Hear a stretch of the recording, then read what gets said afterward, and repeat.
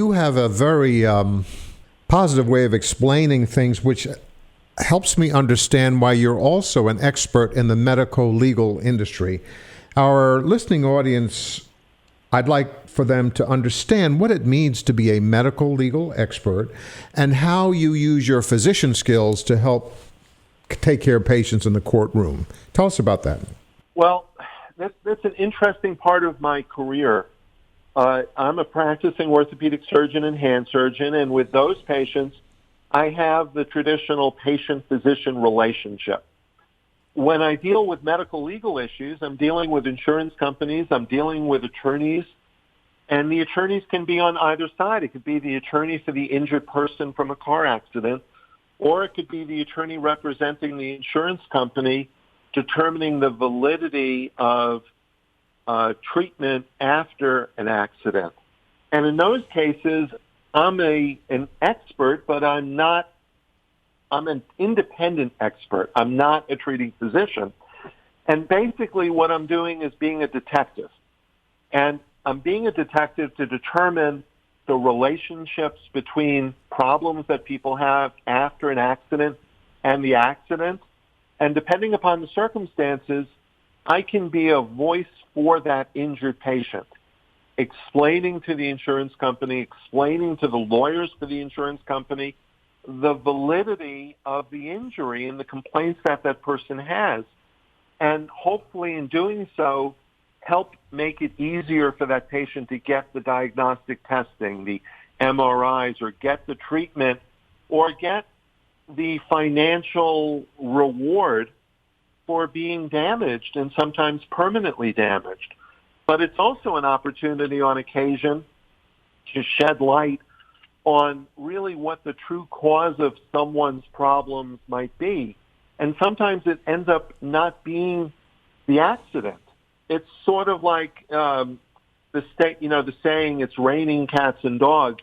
Just because someone has complaints after an accident doesn't necessarily mean that the accident was the cause of those complaints. So it's a matter of shining light on the situation and basically providing truthful answers to benefit all parties involved.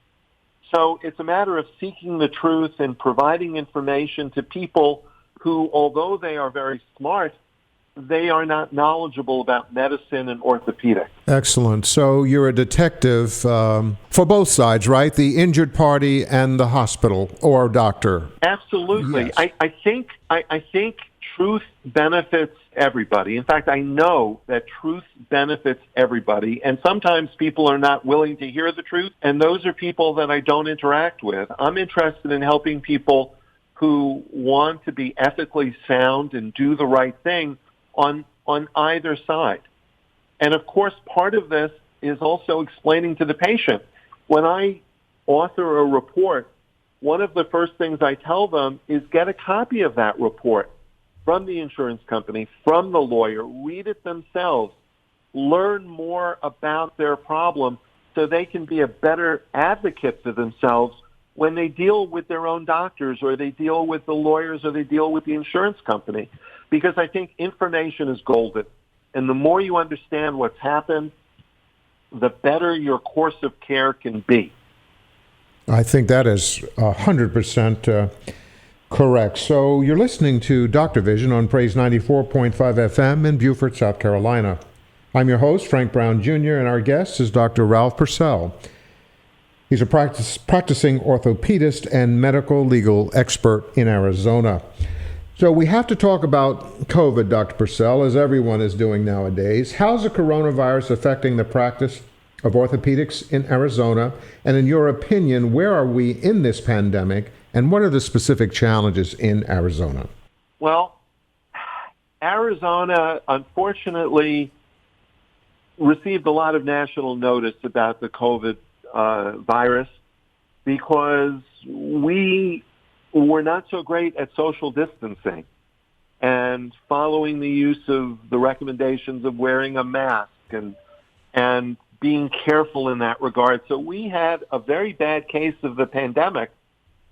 It's gotten better, but things have dramatically changed. Our Governor Ducey, closed down the operating theaters. except for emergency surgery.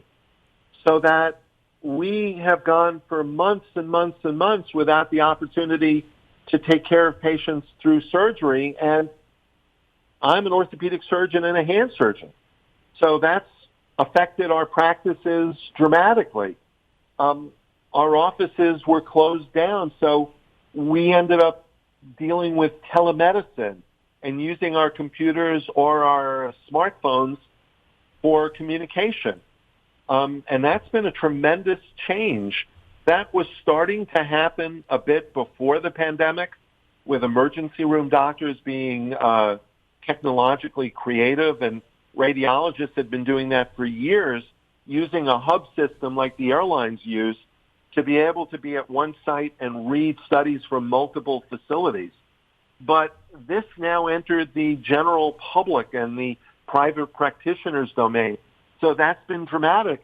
And it's also been dramatic because every time a doctor gets sick, that doctor loses the opportunity to take care of his patients, and that means his patients have lost the resources of their doctor for an extended period of time. So it creates anxiety amongst patients. It creates anxiety amongst doctors. But we've kind of threaded the needle, and we have surprisingly found that telemedicine has done a great job for the field of medicine and for taking care of patients. Unfortunately, it's hard to operate when you're just dealing with telemedicine. So surgeons have taken the biggest brunt in terms of changes in their practice. And of course, the frontline doctors and frontline healthcare providers have put their lives on the line taking care of patients. So it's been a tremendous shock to our system, but we are figuring it out. We're learning over the course of the first few months of the pandemic. We learned better ways of being proactive and minimizing the chances of people going to needing ventilator assistance. So it's been a learning experience for everyone involved. But we've done a good job, and obviously we're all holding our breath for the first vaccines to become available.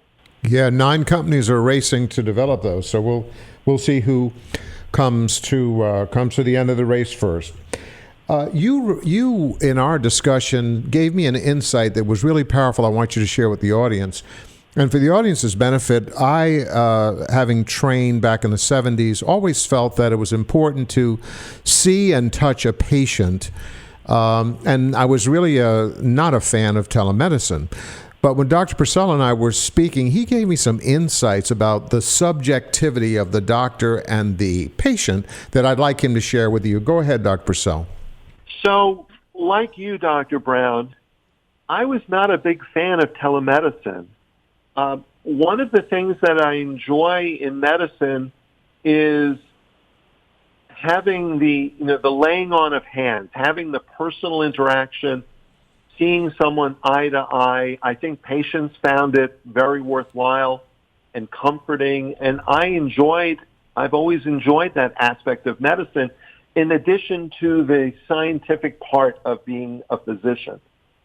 So I was never a big fan. I understood radiologists did this because digital information from an MRI or an X-ray can be sent over the wires and sent through the internet without any degradation, without any harm to patients. And doctors can do just as good of a job being a radiologist 1,000 miles away or halfway around the globe. But the next group that did this was the emergency room doctors, who decided to be entrepreneurial and decided, well, maybe I can get people to have their care taken or care given without having to come to our facility. So it was a great economic model. It certainly helped people that had trouble getting to the emergency room or maybe didn't want to wait 10 hours in the emergency room. And I have to tell you, Dr. Brown, I really frowned upon that. I thought, how could someone looking at a computer screen or a smartphone really be as good of a detective? Because you really have to be a detective when you're a good doctor. You're figuring out why someone's complaining of whatever they're complaining of. And then, of course, COVID comes. And we're now all forced to do telemedicine if we're going to continue our practice. And it was a tremendously eye-opening situation. I actually became a big proponent of telemedicine. My ideals changed. I mean, I look forward to coming back to the office and taking care of my patients face-to-face. But I found that I could do an amazingly good job with telemedicine. So I would want your audience, your patient audience, to not have any concerns or trepidation with that. That the doctors are able to diagnose their problem. So much of the exam is subjective in the first place. So whether the patient is touching their own wrist and telling me whether it's tender or I'm doing that, it's the same subjective test. And so the whole telemedicine platform has been amazingly good. And I think something that will probably linger for patients who are in rural areas that have trouble getting to the emergency room or maybe can't spend the money that an emergency room visit would entail. So I think there's going to be a place for that. And then at the other extreme, over the many years of my practice, I've had patients that think going to the doctor is a social event. And they come early to their office appointment. Yes. They sit in my waiting room, and they're having a coffee clutch. So I think those people are going into withdrawal right now. Yes. Because they don't have that interface. And these are a lot of people who maybe lead very lonely lives or isolated lives, and it gives them a chance to interact with the rest of the population. So there's a whole spectrum of patients' responses, but I am a big fan of this at this point. I used to do a lot of traveling to different parts of the country as a consultant on a medical legal basis, and now I can talk to someone in Alaska and examine someone in Alaska and not spend 12 hours on a plane. So it saved me a lot of time, and it saved a lot of money for the clients who use my services. So I think it could be a win-win situation. And you've made me a believer in telemedicine with your insights, and I really appreciate those. So for the listening audience, as Dr. Purcell has said, telemedicine is not a bad thing. You just need to be as honest as you can with your physician in reporting what's being asked and trust the system. Again, we're not practicing. And Doctor, go ahead. You go. I was going to say, Dr. Brown, and the reality is, honesty is critical all of the time. Correct. In the office, outside of the office, the doctor's only as good as the extent of honesty of the patient.